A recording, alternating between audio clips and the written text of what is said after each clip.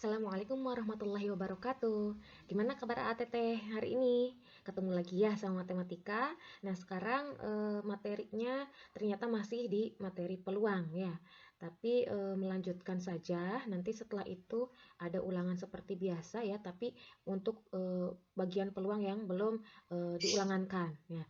Untuk pertemuan sekarang kita akan bahas tentang peluang suatu kejadian. Kita mulai dulu dengan basmalah semuanya ya.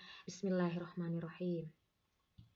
Nah, peluang suatu kejadian di sini terdiri dari percobaan, ruang sampel, kejadian, peluang suatu kejadian, dan frekuensi harapan. Kita bahas satu persatu ya. Oke, untuk yang pertama percobaan. Percobaan adalah suatu kegiatan yang dapat dilakukan dengan kondisi yang sama secara berulang, yang hasilnya merupakan data yang bisa dibuat menjadi himpunan tertentu. Contohnya, percobaan itu pelemparan koin ya. Terus ada pelemparan dadu, kemudian ada pengambilan kartu dari satu set kartu bridge. Nah, kita lihat sekarang ruang sampel. Ruang sampel atau S, lambangnya S ya, adalah himpunan semua hasil yang mungkin dari percobaan. Lambangnya adalah S. Nah, banyaknya ruang sampel dilambangkan dengan NS. Anggota-anggota atau kemungkinan yang muncul dari ruang sampel dinamakan titik sampel. Kita bahas satu persatu. Yang pertama, koin. Di sini, kalau kita lihat koin, ada sisi yang ada angkanya ya, ada nominalnya, berarti ini kita namakan angka. Kemudian ada sisi yang berbentuk gambar, nah kita namakan gambar atau G. Nah, ruang sampel pada koin, kita cek satu persatu untuk satu koin dulu ya. Nah, untuk satu koin kemungkinannya hanya dua, ada angka dan gambar. Jadi, NS-nya atau banyaknya ruang sampel berarti ada dua. Kemudian kalau dua koin, kita cek dulu untuk koin pertama kemungkinannya kan angka gambar. Nah, untuk koin kedua, kalian buat lagi cabang dari masing-masing ini. Angkanya ada dua cabang, nanti angka gambar, untuk gambarnya dibikin dua cabang lagi angka gambar. Nanti kita pasangkan ini jadi AA, ke sini jadi AG, ke sini jadi GA, ke sini jadi GG. Ini maksudnya adalah angka-angka, angka gambar, gambar angka, gambar-gambar gitu ya. Jadi ruang sampelnya adalah AA, AG, GA, GG. Berarti NS-nya sama dengan 4 ya, karena di sini ada 4 pasangan. Itu untuk dua koin.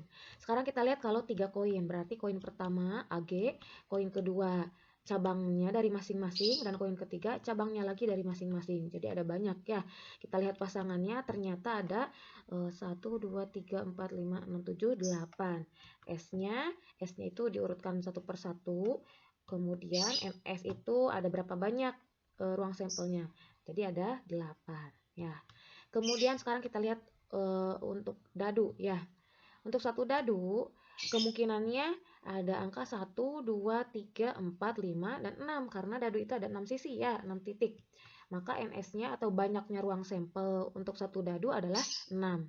Sekarang kalau dua dadu, karena dua dadu ini kita berarti memasangkan ya, kita buat saja tabelnya. Ini untuk dadu pertama, ini untuk dadu kedua. Kita pasang-pasangkan, ini 1, 1, 1, 2, 1, 3, dan seterusnya sampai 6, 6. Ada berapa pasang nih di sini? Kita hitung ternyata ada 36. Kalau kita tulis di sini ruang sampelnya itu 11, 12 sampai 66. Ibu singkat dengan titik-titik-titik. Di sini NS-nya ada 36. Nah, sekarang kartu bridge. Kartu bridge itu apa? Nah, kartu yang seperti ini ya, atau kita kenal dengan kartu remi. Di sini, kalau kita lihat, ada warna merah dan ada warna hitam. Kita cek satu persatu. Yang hitam itu ada sekop atau waru. Di sini ada 13 buah ya. Yang ini kan. Berarti 13 itu apa aja? As, 2, 3 sampai 10, kemudian Jack, Queen sama King. Di sini ada 13. Kemudian ada hati.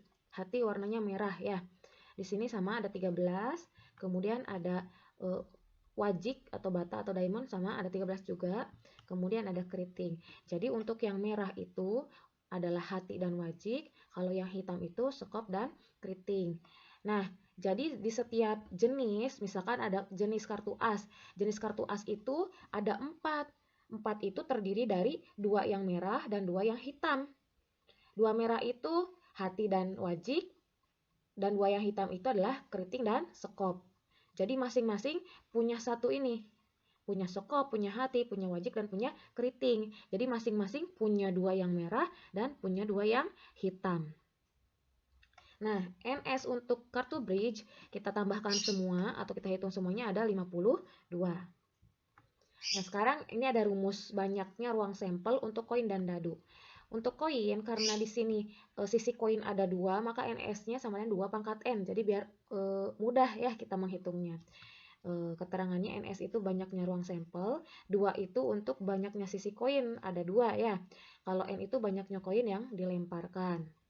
Kalau dilemparkan 1 berarti 2 pangkat 1. Kalau koinnya 2 yang dilemparkan berarti 2 pangkat 2 dan seterusnya. Kemudian untuk dadu, NS-nya sama dengan 6 pangkat N. NS itu banyaknya ruang sampel, 6 itu banyaknya sisi dadu, ada 6 ya, dari nomor 1 sampai nomor 6. Kemudian N-nya itu banyaknya dadu yang dilemparkan. Contoh soal yang pertama. Pada pelemparan 1 dadu dan 2 koin, banyaknya ruang sampel tersebut adalah. Jawaban kita coba dengan tabel dulu, berarti ada dadu dan ada koin. Dadunya cuma ada 1 ya, kemudian koinnya itu ada 2, berarti ada 2 itu bisa AA, AG, GA, sama GG. Nanti dipasangkan, 1 dengan AA, 1 dengan AG, dan seterusnya. Ternyata ada berapa nih? 24 pasangan ya. Jadi jawabannya adalah 24, itu kalau dengan tabel. Tapi ada lagi rumus cepat ya. Coba kita lihat. Dengan rumus cepat, ternyata kita tinggal melihat kata kunci di soal. Di sana ada 1 dadu dan 2 koin. Kita harus ingat di peluang itu dan itu berarti kali. Kalau atau berarti tambah. Nah, jadi NS-nya untuk 1 dadu, dadu itu kan sisinya ada 6 ya, jadi 6. Di sini dadunya ada 1 berarti 6 pangkat 1. Dan jadi dikali. Kemudian koin itu ada 2 sisi, ada 2 koinnya, jadi pangkatnya pangkat 2. Nanti hasilnya 6 pangkat 1, 6. 2 pangkat 2 itu 4. Dikalikan hasilnya jadi 24. Jadi sama ya. Hasilnya tuh 24. Oke, bisa difahami? Kita lanjutkan. Sekarang kejadian. Kejadian adalah himpunan bagian dari ruang sampel. Contohnya, kejadian muncul mata dadu prima. Jadi kejadian itu yang munculnya gitu ya. Apa sih yang muncul dari suatu percobaan itu? Itu kejadian. Contoh lainnya, kejadian terambilnya kartu bernomor 3 wajik dari pengambilan kartu pada kartu bridge. Kemudian kejadian muncul sisi koin angka. Nah, itu contoh-contoh dari kejadian. Kita lihat contoh soalnya. Pada pelemparan 2 buah dadu sekaligus, banyaknya kejadian muncul jumlah kedua dadu kurang dari 5 adalah jawabannya. Kalau lihat dari tabel, maka yang kurang dari 5 jumlah kedua dadu kurang dari 5 itu berarti kan bisa 2, 3, 4. Nah, 5 nggak boleh karena kurang dari 5. Jadi yang boleh adalah ini. 1 ditambah 1 itu jadi 2. Ya, karena ini kata kunci adalah jumlah kedua dadu. Berarti ini dijumlahkan ya. Kemudian 1 tambah 2 jadi 3. 1 tambah 3 jadi 4. 2 tambah 1 jadi 3. 2 tambah 2 jadi 4. 3 tambah 1 jadi 4. Jadi jumlah itu cuma sampai angka 4 ya. Kalau kita tulis pasangannya seperti ini. Nah, jadi banyaknya kejadian muncul jumlah kedua dadu kurang dari 5 adalah 6. Nah, sekarang kita masuk ke materi peluang suatu kejadian atau PA. Peluang itu apa sih? Peluang itu adalah berbagai kemungkinan ya. Kalau kita lihat di kehidupan nyata ini banyak sekali diomongkan ya. Contohnya bagaimana nih peluang Persib menang? Atau ketika kalian ingin mencari kerja ya, nanti pasti akan ditanyakan bagaimana nih peluang masuk kerja di perusahaan A misalkan. Pasti nanti akan dilihat banyaknya pelamar dengan banyaknya lowongan yang tersedia. Nah, itu nanti ada hubungannya dengan rumus peluang. Kita lihat definisinya. Peluang suatu kejadian adalah banyaknya kejadian yang muncul berbanding dengan banyaknya seluruh kejadian. Rumusnya PA sama dengan NA dibagi NS. NA adalah banyak kejadian yang muncul, kalau NS itu banyak seluruh kejadian atau bisa dibilang ruang sampel. Nah, untuk kisaran peluang itu di antara 0 sampai 1. Berarti peluang itu bisa koma-komaan atau pecahan ya, karena dari 0 sampai 1 itu bisa 0,1, 0,2 dan seterusnya ya. 0 itu untuk kejadian yang mustahil terjadi. Contohnya, peluang muncul mata dadu 8 pada pelemparan sebuah dadu. Di sini pasti 0 peluangnya karena tidak ada mata dadu 8. Kalau 1 itu untuk kejadian yang pasti terjadi. Contohnya adalah peluang Andi berada di kelas 12. Misalkan memang benar si Andi itu ada di kelas 12. Itu pasti terjadi ya. Kita lihat contoh soalnya. Contoh yang ketiga nih. Pada pelemparan 2 buah dadu sekaligus, berapa peluang kejadian muncul 2 mata dadu berjumlah 5? Kita lihat jawabannya. 2 mata dadu berjumlah 5 berarti 1 4, 2 3, 3 2, 4 1. Kenapa? Karena ini dijumlahkan hasilnya adalah 5. Di sini ada 4 pasangan, maka NA-nya sama dengan 4. Karena di sini 2 buah dadu, maka NS-nya adalah 6 pangkat 2 atau 36. Baru kita masukkan ke rumus, berarti PA sama dengan NA dibagi NS. NA-nya 4, NS-nya 36. Diperkecil lagi pecahannya, atas sama bawah dibagi 4, jadi hasilnya adalah 1/9. Kemudian, soal yang keempat, pada pengetosan 3 koin sekaligus, berapa peluang kejadian munculnya 2 gambar? Nah, kita lihat jawabannya. 2 gambar itu pada 3 koin ya, jadi di sini ada 3 yang keluarnya. 2 gambar berarti G-nya ada 2 nih. Saya sudah kasih tanda merah ya di sini, berarti bisa AGG atau GAG atau GGA. Di sini ada 3 pasangan, maka NA-nya sama dengan 3. Karena di sini 3 koin dan koin itu 2 sisi, maka NS-nya adalah 2 pangkat 3. 2 pangkat 3 itu berarti 2 kali 2 kali 2, berarti 8. Nah, sekarang kita masukin ke rumus PA sama dengan NA dibagi NS, berarti 3/8. Ini nggak bisa diperkecil lagi, berarti sudah 3/8 isinya ya. Soal nomor 5. Dari seperangkat kartu bridge diambil satu kartu secara acak. Peluang yang terambil kartu as warna merah adalah, kita lihat jawabannya, as merah ada 2, yaitu satu as hati dan satu as bata ya. Tadi sudah dibahas ya, hati dan bata itu merah. Nah, berarti NA-nya ada 2. Kemudian NS-nya ada 52 karena satu set kartu bridge. Nah, kita masukin ke rumus PA sama dengan NA dibagi NS, berarti 2 dibagi 52 sama dengan 1/26. Contoh soal yang ke-6. Di dalam sebuah kantong berisi 5 bola merah dan 3 bola biru. Jika diambil 3 bola sekaligus secara acak, peluang mengambil ketiganya bola merah adalah, nah ini mirip dengan soal kombinasi yang pekan lalu ya.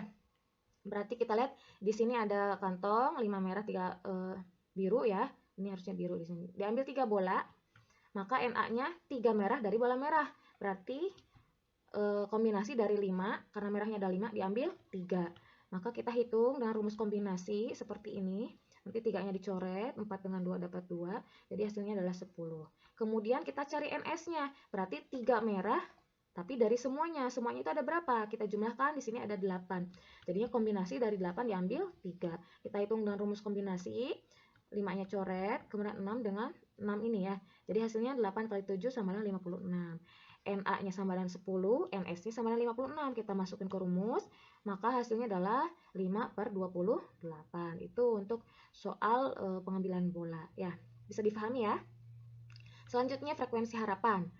Frekuensi harapan suatu kejadian adalah hasil kali banyaknya percobaan dengan peluang kejadiannya.